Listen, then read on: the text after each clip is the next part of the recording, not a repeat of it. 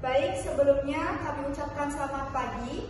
Kami dari kelompok 7 akan mempresentasikan hasil diskusi kami dari skripsi, yaitu pengaruh model pembelajaran problem based learning terhadap hasil belajar IPAS pada peserta didik kelas 5 SD. Sebelum kami mempresentasikannya, izinkanlah kami memperkenalkan diri terlebih dahulu. Perkenalkan, nama saya Niputu Pusparada Wijaya. Saya Dewi Cantika Sari. Saya Mona Febrianti. Saya Inam Sarala. Baik, tidak perlu berlama-lama, kita langsung saja mulai mempresentasikan pendahuluan dari skripsi tersebut. Kepada pemateri pertama, waktu dan tempat dipersilakan.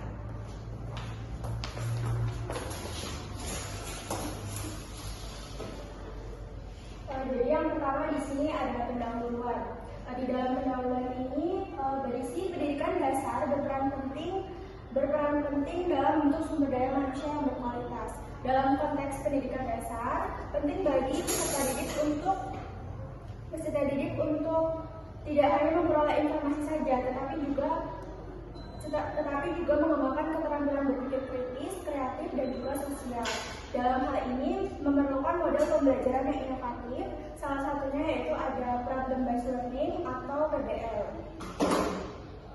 Fakta di lapangan menunjukkan bahwa pembelajaran IPAS di kelas 5 SD itu masih rendah. Penyebab utamanya yaitu karena model pembelajarannya itu monoton dan kurang melibatkan siswa secara aktif. Data menunjukkan bahwa di SD Negeri 1 Kebonjeruk hanya 8,70% siswa yang mendapatkan nilai tuntas, lebih rendah dibanding siswa kelas 5B yang menggunakan pendekatan pembelajaran berbeda. Berbagai penelitian sebelumnya juga menunjukkan bahwa penerapan model PBL dapat meningkatkan pemahaman konsep, kemampuan berpikir kritis, serta hasil belajar secara umum. Oleh karena itu, peneliti tertarik untuk mengkaji lebih dalam tentang penerapan pengaruh model belajar PBL ini. Selanjutnya ada tujuan penelitian. Penelitian ini bertujuan untuk menganalisis dan mendeskripsikan pengaruh penerapan model problem based learning terhadap hasil belajar IPAS peserta didik kelas 5 SD pada tahun pelajaran 2024 dan 2025. Saya kembalikan ke moderator.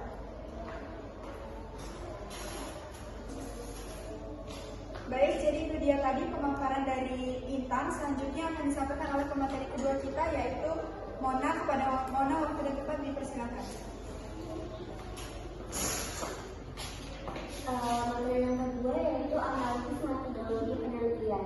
Yang pertama yaitu jenis dan desain penelitian. Pada skripsi yang kami ambil, penelitian ini menggunakan metode kuasi eksperimen design atau khususnya desain yang equivalent control group design, yang berarti terdapat dua kelompok eksperimen maupun kelompok yang kontrol tidak dipilih secara acak. Pengakuan model PBL hanya diberikan kepada kelompok eksperimen, sementara kelompok kontrol menggunakan metode konvensional. Yang kedua, subjek dan setting penelitian. Lokasi yang dipilih dalam skripsi ini yaitu SD Negeri 1 Kebonjeruk, Bandar Lampung. Subjeknya yaitu peserta didik kelas 5 sebagai eksperimen, yang peserta didik kelas 5B itu sebagai kontrol yang berjumlah 46 orang. Penelitian ini dilakukan pada semester genap pada tahun 2024 sampai 2025. Teknik sampling yang diambil pada materi skripsi ini yaitu menggunakan sampling jenuh, karena semua populasi dijadikan sampel. Seluruh siswa kelas 5 itu dijadikan sampel. Variabel yang keenam, instrumen penelitian. Soal tes divalidasi melalui uji fidelitas, isi diuji realitasnya, daya soal, dan tingkat kesukaran soal tersebut. Yang terakhir, teknis analisis data.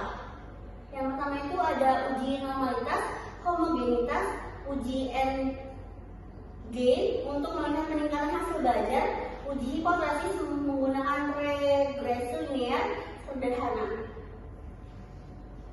Baik, itu saja metode yang saya sampaikan. Selanjutnya saya kembalikan kepada moderator.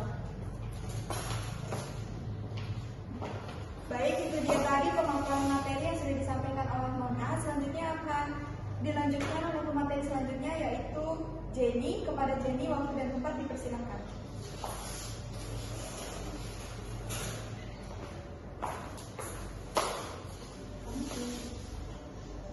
Selanjutnya kita akan membahas tentang hasil dan pembahasan dari skripsi ini. Nah, dari hasil penelitian sebelum diberi perlakuan, kedua kelas itu diberikan pretest untuk mengukur kemampuan awal dari kelas tersebut. Nah, rata-rata nilai kelas pretest kelas eksperimen adalah 63,48, sedangkan kelas kontrol adalah 64,13. Nah, nilai ini menunjukkan bahwa kedua kelas itu memiliki kemampuan awal yang relatif setara. Nah, kemudian setelah perlakuan itu diberikan, post-test dilakukan untuk mengukur peningkatan hasil belajar. Rata-rata nilai post-test kelas eksperimen meningkat menjadi 86,96, sedangkan kelas kontrol hanya meningkat menjadi 74,35. Nah, kenaikan ini juga tercermin dari hasil analisis endgame, di mana kelas eksperimen memiliki rata-rata endgame sebesar 0,64 atau kategori sedang sampai tinggi, sedangkan kelas kontrol hanya 0,35 dengan kategori rendah atau sampai sedang. Nah, untuk menguji hipotesis ini digunakan analisis regresi linear sederhana. Hasil uji menunjukkan bahwa nilai T hitung 4,215 lebih besar daripada T tabel 1,72074. Dengan demikian dapat disimpulkan bahwa terdapat pengaruh yang signifikan antara penggunaan model problem-based learning terhadap hasil belajar IPAS peserta didik. Jadi, dari hasil dan pembahasan ini penelitian menunjukkan bahwa model problem-based learning ini atau PBL itu sangat berpengaruh terhadap hasil belajar IPAS siswa kelas 5 SD Negeri 1 Kebonjeruk. Nah, kelas eksperimen yang menggunakan PBL ini mengalami peningkatan yang cukup pesat. Hasilnya lebih tinggi dibandingkan dengan kelas kontrol. PBL terbukti efektif meningkatkan pemahaman, keterlibatan, kemampuan berpikir kritis siswa. Namun penelitian ini terbatas pada aspek kognitif dan waktu pelaksanaannya yang singkat. Penelitian lanjutan disarankan mencakup aspek afektif, psikomotorik, serta penerapan model PBL pada mata pelajaran lain atau jenjang kelas yang berbeda. Itu saja yang dapat saya sampaikan. Saya kembalikan kepada moderator. Baik, yang selanjutnya yaitu pemaparan materi terkait daftar pustaka dan juga lampiran yang akan disampaikan oleh saya sendiri. Dalam daftar pustaka dari skripsi yang telah kami ambil, di skripsi ini mencakup 34 sumber yang terdiri dari berbagai jenis referensi. Kemudian dari skripsi ini juga mengambil begitu banyak jurnal yang relevan dengan topik penelitian, beberapa artikel yang diakses secara online. Kemudian terdapat dokumen resmi yang menjadi referensi. Penulisan daftar pustaka mengikuti format yang konsisten, mencakup nama penulis, tahun terbit, judul, dan sumber informasi penerbit. Kemudian terdapat 2 surat izin yang menunjukkan persetujuan untuk melakukan penelitian di lokasi yang ditentukan. 3 dokumen yang berisi bukti pelaksanaan penelitian termasuk foto dan catatan lapangan. Kemudian 1 dokumen yang menunjukkan proses validasi instrumen yang digunakan dalam penelitian. 2 lembar kerja yang digunakan oleh peserta didik selama proses pembelajaran. 2 dokumen yang berisi soal yang digunakan untuk mengukur hasil belajar peserta didik.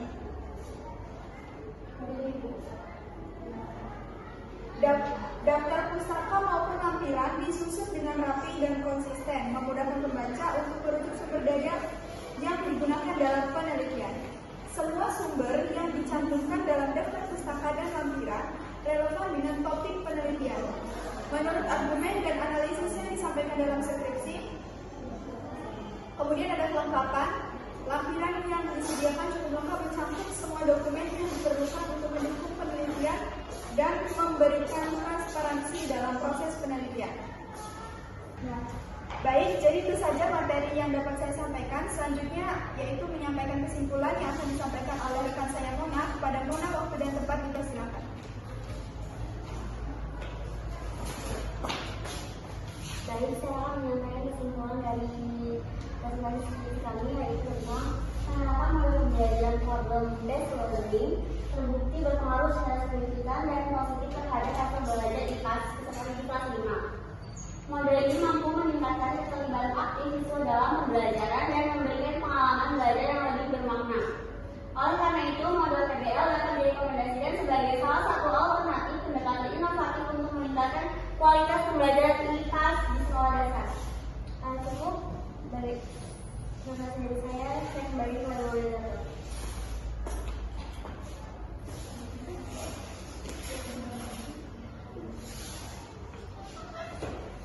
Dari rekan-rekan, apakah ada yang ingin menanggapi atau ada yang ingin bertanya? Dipersilakan. Izin memperkenalkan diri, saya Zahra Marcella Putri dari kelompok 5. Izin menanggapi presentasi yang sudah dijelaskan tadi. Nah, untuk presentasinya tadi menyampaikan isi skripsi dengan runtut dan jelas, latar belakang, rumusan masalah, tujuan hingga hasil dan kesimpulan yang disampaikan secara logis dan saling terhubung. Kemudian permasalahan yang diangkat itu sangat relevan dengan kondisi di lapangan dan metode penelitian yang digunakan sudah sesuai dengan tujuan. Hasil yang diperoleh juga mampu menjawab rumusan masalah dengan baik, serta disertai kesimpulan yang memuaskan temuan utama secara keseluruhan. Isi skripsi ini menunjukkan pemahaman yang mendalam terhadap topik yang dikaji. Terima kasih. Sebelumnya izin memperkenalkan diri, nama saya Dita Paramita dari kelompok 9. Izin bertanya kepada kelompok 7, bagaimana Anda memastikan validitas dan reliabilitas data yang Anda peroleh selama proses penelitian? Baik, terima kasih Dita untuk pertanyaannya. Di sini saya akan menjawab pertanyaan dari Dita. Untuk memastikan validasi data, kami menggunakan triangulasi sumber, yaitu membandingkan data dari beberapa narasumber atau instrumen yang berbeda, seperti wawancara, observasi, dan juga dokumentasi. Selain itu, kami juga melakukan member checking, yaitu mengonfirmasi kembali data dari hasil wawancara kepada informan untuk memastikan bahwa interpretasi kami sesuai dengan maksud mereka. Sedangkan untuk reliabilitas, kami menjaga konsistensi dalam prosedur pengumpulan data menggunakan pedoman wawancara yang sama dan mencatat semua proses secara rinci agar dapat direplikasi. Dengan cara ini kami berupaya menjaga agar data yang diperoleh benar-benar akurat dan dapat dipercaya. Bagaimana Dita dari jawaban saya?